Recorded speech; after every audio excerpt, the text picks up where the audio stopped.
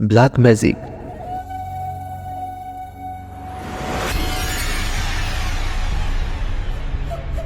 ঘটনাটা আমার এক দূর সম্পর্কের আত্মীয়র কাছ থেকে শোনা। যাকে নিয়ে ঘটনা, তার নাম আসাদ।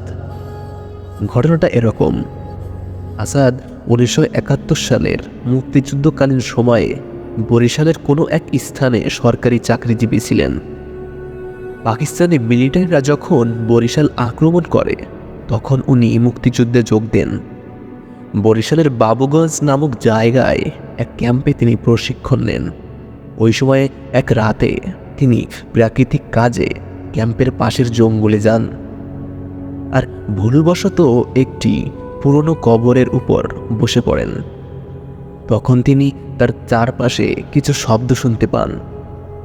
তখন চাঁদের আলো ছিল। ওই আলোতে তিনি দেখেন পুরনো একটা গাছ থেকে একটা মহিলা উল্টো হয়ে নিচের দিকে হেঁটে নেমে আসছে।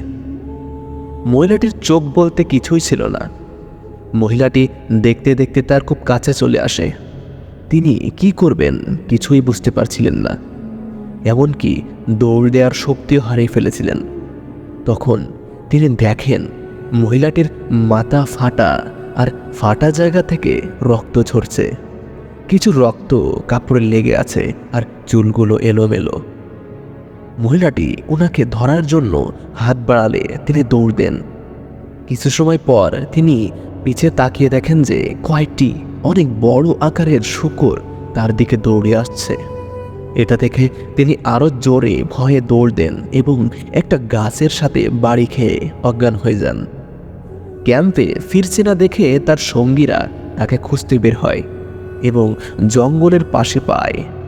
তার শরীরে কোনো কাপড় ছিল না এবং বিভিন্ন স্থানে লাল দাগ দেখা যায়। তার অবস্থা বেশি ভালো ছিল না। তার কিছুদিন পর তাকে তার গ্রামে পাঠিয়ে দেওয়া হয়। তখন যুদ্ধ শেষ হয়ে গিয়েছিল। তার গায়ের লাল দাগগুলো কিছুটা বড় হয়ে কালো হয়ে যায়, সাথে প্রচুর ব্যথাও শুরু হয়। বহু ডাক্তার দেখিয়েও কোনো লাভ হয়নি। শেষে এক কবিরাজের শরণাপন্ন হন। কবিরাজ তাকে বলেন তিনি যে জায়গায় বসেছিলেন সেটা ছিল একটা কবর। পরে খোঁজ নিয়ে জানতে পারেন যে কবরের উপর বসেছিলেন ওটা একটা মহিলার কবর ছিল, যে মানুষের উপর কালো জাদু করত। গ্রামের সবাই মিলে একদিন ওই মহিলাকে লাঠিপেটা করে এবং উনি মারা যান। সবাই মিলে ওনাকে জঙ্গলে কবর দিয়ে রাখে। এরপর থেকে অনেকে রাতে ওই জঙ্গলে ওই মহিলাকে দেখতে পেত।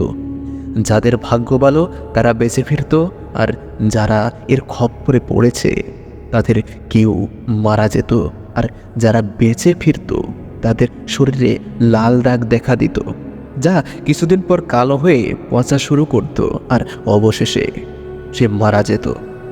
কিছুদিন পর ওই আসাদেরও শরীরে পচন শুরু হয় এবং সে মারা যায়।